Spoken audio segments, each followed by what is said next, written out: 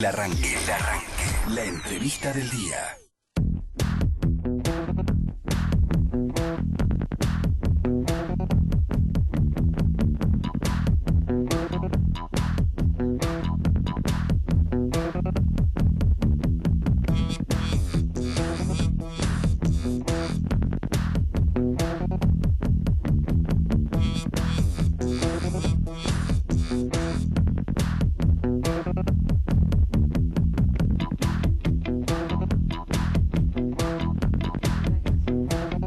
Y 40 en toda la República Argentina. Seguimos con mucho más El Arranque, el programa de Maxi Lecky. Ya está con nosotros Claudia Neira, que es candidata a legisladora porteña por el Frente de Todos.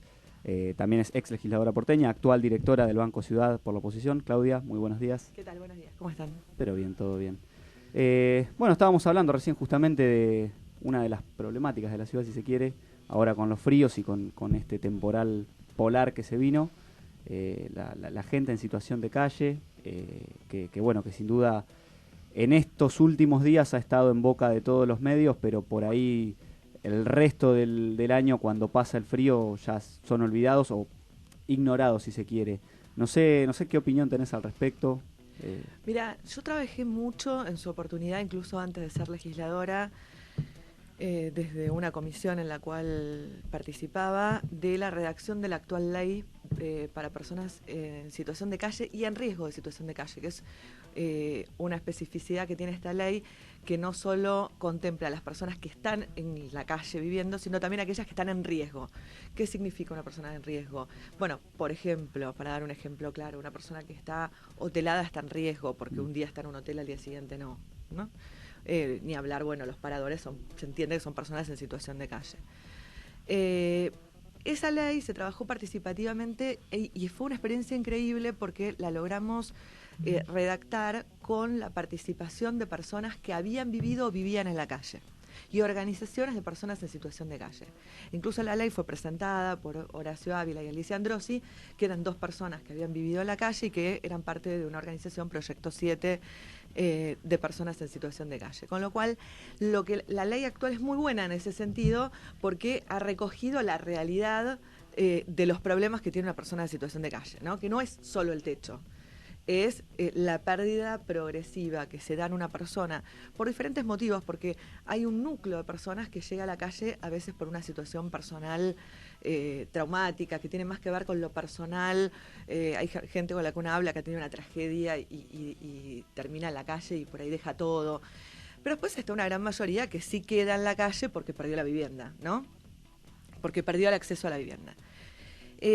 Pero la pérdida de la vivienda conlleva paulatinamente un desprendimiento lento de toda una serie de derechos e incluso casi de la posibilidad de autopercibirse como un ciudadano más. Estás como en paralelo, como en un mundo distinto, como una dimensión distinta. No tenés domicilio, con lo cual es muy difícil salir a buscar trabajo. Casi que tu afán diario es ir atrás de los lugares, que hay muchos en la ciudad y por eso también hay mucha gente en la ciudad que te puede dar un plato de comida, algo para vestirte, un lugar para dormir, etc. Lo que la ley contempló es una modalidad de los paradores que planteaba que tenían que estar abiertos las 24 horas, los 365 días del año. Eso es lo que dice la ley. La ley en el artículo 7 dice eso. Eso no se cumplió nunca. ¿Por qué no se cumplió nunca? No lo sé. Lo que sí sé es que cuando vos hablás con la mayoría de las personas en situación de calle, lo que te dicen es que resulta completamente dificultoso. Primero, nosotros hicimos una llamada, si buscan en mi Twitter, una asociación civil que trabaja conmigo, hizo una llamada por una persona que estaba en la calle y consultó. Entonces, se contradijo todo lo que se dice. Para empezar, le informaron claramente cuál era el horario, que si bien en la página dice abierto permanentemente, 5 de la tarde a 8 de la noche. 5 de la tarde a 8 de la mañana. 8 de la mañana, claro. En segundo lugar, le dice muy claramente el trabajador que a las 5 de la tarde tiene que empezar a hacer la fila, que hay que hacer fila un rato largo y que a veces que se apuren porque a veces a las 8 de la noche ya no hay más lugar. Con lo cual el jefe de gobierno anda diciendo por todos lados que hay vacantes para todo el mundo. Bueno, parece que no tanto, porque a las 8 de la noche ya no hay más lugar, y lo dicen los propios empleados, lo tengo en la En grabación. los refugios públicos, decís. Para un retiro, que es como el Sí, emblema. hay instituciones privadas también, ¿no? De la Iglesia Católica. Hay varias, instituciones ¿no? privadas que colaboran, pero digo, a mí me parece que hay un rol indelegable y hay una legislación que rige al Estado, que es el que debe garantizar. ¿Por qué? Incluso yo, perdón, Ah, sí, digo, sí. con toda esta movida que se ha hecho de que se abran las iglesias, se abre Los River, clubes, sí. me parece bárbaro porque los porteños y las porteñas somos solidarios y está bien y está buenísimo. Pero la verdad que yo entiendo que el Estado tiene que tener incluso un rol articulador. Está bueno poder incluso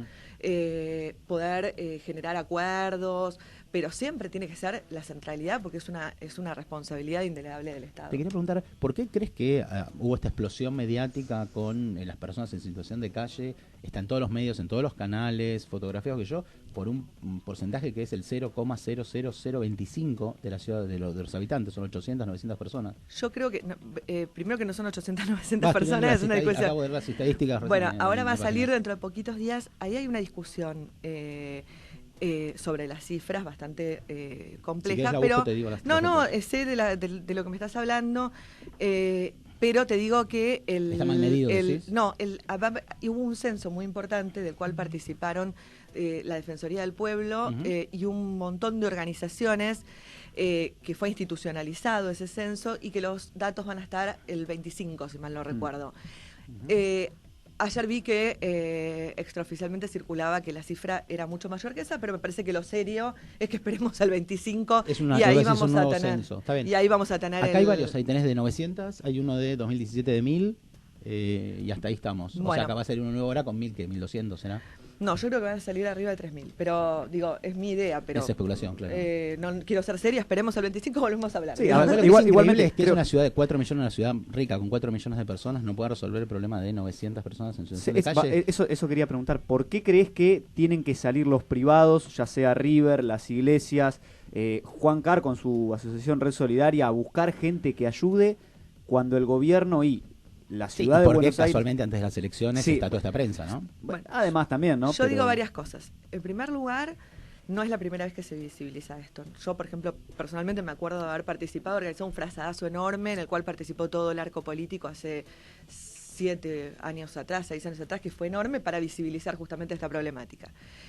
Donde el número era ínfimo alrededor de al lado de lo que era al día de hoy. Lo que pasó, el detonante, que me parece que lo que tocó la sensibilidad de muchos y obligó a ver, fue La que murió muerte- una persona. la muerte de Sergio Una Zacarías, persona sí. quedó dormida, se quedó muerta por el frío. Entonces me parece que fue eso lo que llevó a que no se pueda más mirar para otro Igualmente, lado, ¿no? a ver, igualmente si bien esto yo creo que es, a ver, lo que dice Marcelo es que como que siempre sale en boca de todos durante el invierno, pero sale todos los años. Me parece que siempre en todos los inviernos este tema se pone de moda, si querés, y hago las comillas con los dedos, que en realidad no es una moda, es algo que tiene que preocupar a las autoridades, pero siempre se pone de moda en los medios porque es lo que garpa, es algo que pasa, y es como un tema que está todos los años. Lo que sí preocupa es, como bien decía Marcelo, es que no se pueda resolver la problemática de, sean 900, 1000, 1200, 3000, es un porcentaje muy pequeño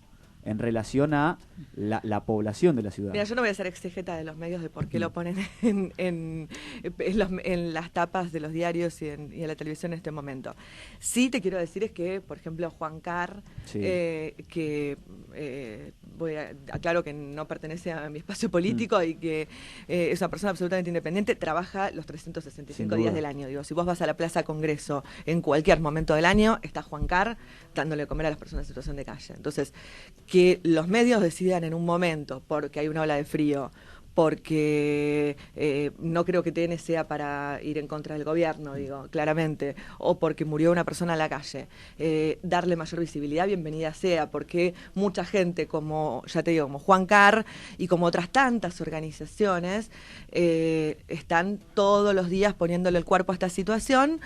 Y me parece que sí, que yo coincido un poco que no es sencillo solucionar el tema de las personas en situación de calle.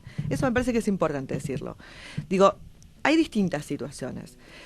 En el último tiempo hay una cantidad enorme de situaciones que tienen que ver, y uno lo ve y conversa, con personas que han quedado desalojadas. Y eso me parece que es una situación que el gobierno porteño, con un gran presupuesto, no ha dado las respuestas adecuadas en el momento adecuado. Porque la persona que queda sin vivienda, con chicos pequeños que se quedó sin el techo, ese es el momento exacto donde hay que elaborar una solución habitacional para esa persona. Ese es el momento, el momento D. Claro que con una persona que está 10 años en situación de calle es diferente elaborar una solución de raíz. ¿Por qué? Porque es una persona, como decíamos hace un rato, que no solo ha perdido el techo, con el tiempo ha ido perdiendo un montón de otras cuestiones. Ha ido perdiendo la autoestima, perdió el DNI seguramente, porque muchas veces se lo saca la policía en un operativo, después no lo vuelve. Las personas en situación de calle tienen situaciones contadas por ellos, como descomponerse en la calle y que nadie los quiera llevar en una ambulancia porque están sucios, porque tienen bártulos. Van teniendo una situación que cada día que pasa, claramente después es mucho más complejo generar una solución radical a ese problema. Entonces, sí, lo que pasa es que este último tiempo, donde muchas personas han perdido la posibilidad del techo, el gobierno porteño no tuvo la reacción de generar soluciones habitacionales para que esas personas no terminen siendo personas en situación de calle. ¿Crees que esta problemática es resultado de una problemática mayor de la problemática habitacional en la ciudad? Totalmente. Primero que es consecuencia de una crisis económica que ha golpeado el bolsillo principalmente de la clase media trabajadora, obviamente ni hablar de las personas más pobres o indigentes, pero hay todo un sector medio trabajador que antes llegaba justo a pagar un pequeño alquiler, que llegaba justo a pagar las tarifas, que podía mandar los pibes al colegio, que no hace falta hacer muchas cuentas para darte cuenta que si tiene un salario bajo, pero un salario al fin, cada día se le hace más difícil poder hacer frente al alquiler, a las expensas, a las tarifas, y encima tomarse el colectivo y llevar a los chicos al colegio el Estado tiene que solucionar eso. Hablar y después ir al supermercado. Yo creo que el Estado yo como porteño, vamos a plantear dos situaciones. El Estado nacional debería no generar una situación económica de la magnitud de la crisis que ha generado, que haya puesto a los ciudadanos y las ciudadanas en una situación tal de no poder hacer frente a su vida. O sea, no había que subir las tarifas, decís. No, yo estoy diciendo que las tarifas estaban... el principal problema es las tarifas. No, me parece que hay muchos más problemas que las tarifas. Hay muchos más problemas que las tarifas. ¿Cuáles? Ojalá fueran solo las tarifas. Está bueno que lo digamos. ¿Cuáles? Primero, me parece que las tarifas estaban desactualizadas, sí. ¿Había la posibilidad de renunciar a un subsidio y pagar? Sí. ¿Lo hacía la mayoría de la gente? No. ¿Fue un error no haberlo hecho compulsivamente? Claramente yo creo que puede haberlo sido y que probablemente las tarifas había que actualizarlas. En esta magnitud no, de ninguna manera. Vos no podés tener tarifas dolarizadas mientras que la gente cobra en pesos. Porque es imposible que la gente pueda pagar tarifas en dólares si su salario es en pesos.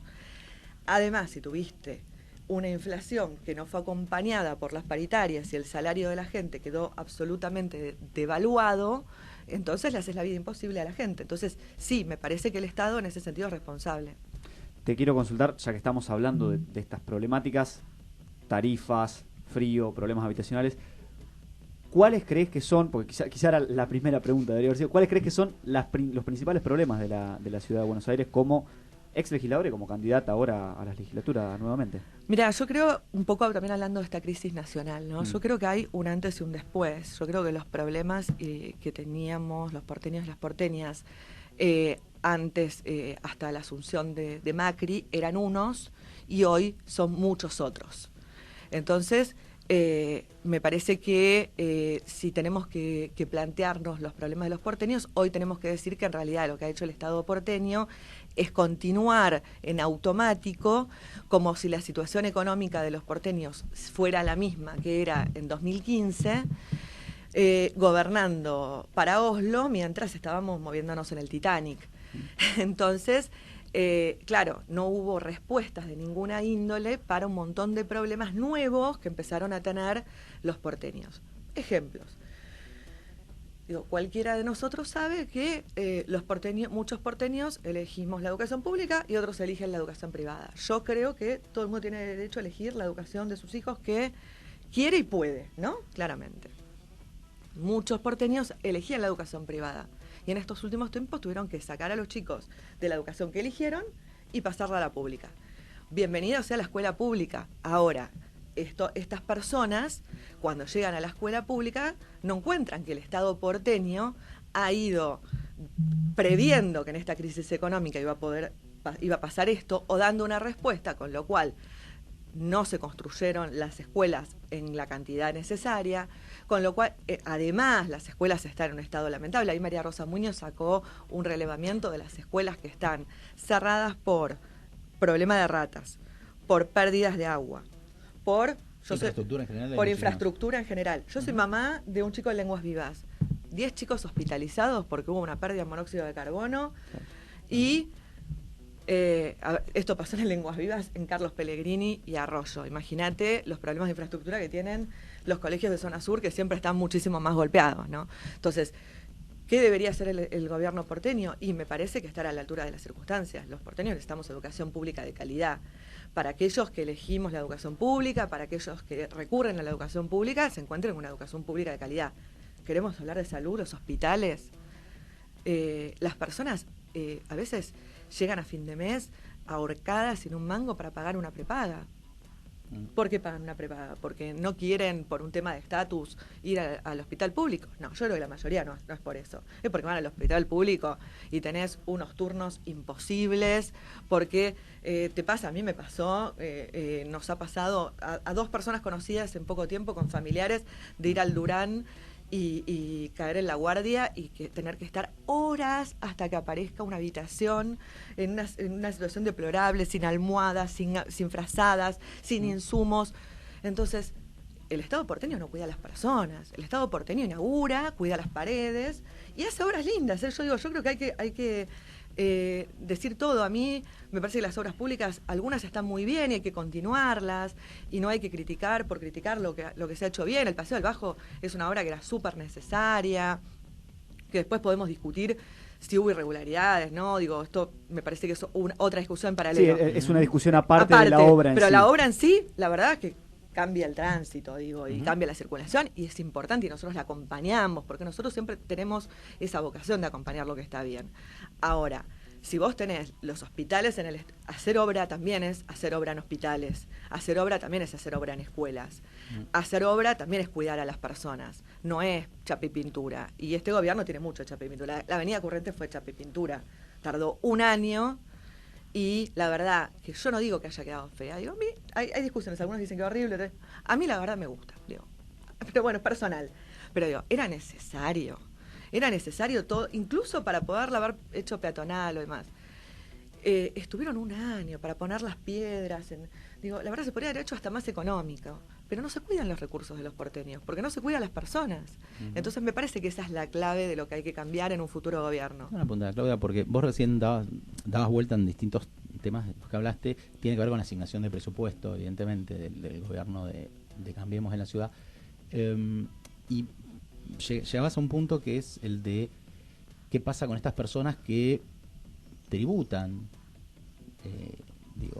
impuesto a las ganancias, bienes personales, una cantidad de impuestos, porque el más famoso monotributo, sí, impuestos locales, y que no son usuarios de educación pública, que es mi caso, mi hijo en una escuela privada, yo tengo una medicina privada, no voy al hospital público, es más, no voy al hotel, hice la cuenta, no voy al hospital público, creo que la única vez que fui al hospital público fue en 1986, creo.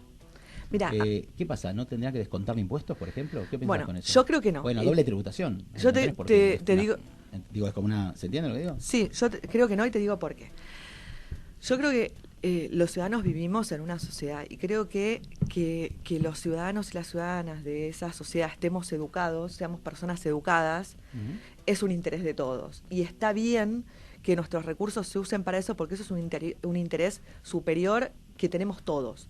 Yo estoy segura que vos, que vos que mandás a tus pibes a la educación privada y que podés hacerlo y que haces un esfuerzo seguramente porque elegiste eso y demás, vos querés convivir y querés que tus hijos convivan en una sociedad donde haya gente educada, donde haya gente que haya sido educada, que haya tenido oportunidades, porque si no sería una sociedad invivible. Eso decís, el Mercedes no circula por la calle rota, eso decís. No, yo lo que digo... Metáfora así. Sí, yo lo que y sí, claro, yo te digo, si vos querés, si no, vas a vivir en una sociedad donde tus pibes van a tener un montón de oportunidades, pero si el resto de la sociedad es un desastre, porque nadie se puede educar, porque los recursos son pocos, entonces la gente no se puede educar, o si nadie se puede curar, y lo que te va a pasar es que seguramente vas a terminar, o vos decís, bueno, ¿por qué con mi plata pagan las vacunas? Que ahora, digamos, también falta. Y yo te digo, bueno, está bien, porque si no, tus pibes se van a contagiar enfermedades todos los días, aunque vos los vacunes. Digo, porque va a estar todo el mundo enfermo. No creo que vos quieras vivir en una sociedad donde esté todo el mundo enferma. Yo no creo que vos quieras que tus pibes vayan a un club y todo el resto de los pibes sean pibes que no hayan tenido oportunidades y que no hayan tenido educación. Todos queremos tener a todos nos interesa tener una sociedad educada. Es un interés. Entonces, digo, me parece que poner... plata, es la plata mejor, o sea, yo pienso todo lo que yo creo que es la plata mejor gastada del mundo, pensar en la educación, porque todos queremos una sociedad educada. Sí, pero las bajas de impuestos en general no provocan crecimiento, pregunto. Las bajas de impuestos en general han provocado, en Estados Unidos acaba de pasar. Sí y no, depende del caso, depende de qué impuestos. Digo, en la ciudad de Buenos Aires hay muchos impuestos, hay que trabajar sobre la cuestión impositiva. La verdad es que hay un montón de políticas de estímulos a el crecimiento de una economía que no pasan solamente por la baja de impuestos. Digo, lo que ha pasado con el país es que hace 3 años que está en un parate total. Y esto tiene que ver con que los impuestos son altos y hay países que pagan mucho más impuestos que nosotros y sin embargo no tienen la economía que tenemos nosotros. Pero lo que ha pasado con nuestro país ha sido que directamente se ha tomado una definición política que se sigue tomando de que no es un país en el cual importe la actividad productiva, la actividad industrial, y entonces las que hoy dan trabajo, que mayoritariamente que son las pymes, han sido destruidas y mucha gente se ha quedado sin trabajo, y eso también hace que algunas personas tengan que pagar más impuestos, porque claramente si cada vez tenemos menos personas con trabajo y con trabajo en blanco, y sí, vas a tener y cada vez personas que ganan menos, entonces los pocos que les va un poquito mejor, cada vez van a pagar más. Entonces también, en realidad, la mejor forma de poder bajar impuestos es tener una sociedad que crezca, donde vaya mucha gente con salario en blanco y mucha gente que le vaya bien. Claudia, te quiero preguntar particularmente... me has enseñado, nos corre la tanda. ¿Tenés unos minutitos? Sí, claro. ¿Puede ser? Dale, Sí, vamos sí. a una tanda y ya seguimos con Claudia Neira. Estás escuchando Radio Sónica desde Buenos Aires, Argentina, hacia todo el planeta. Ganador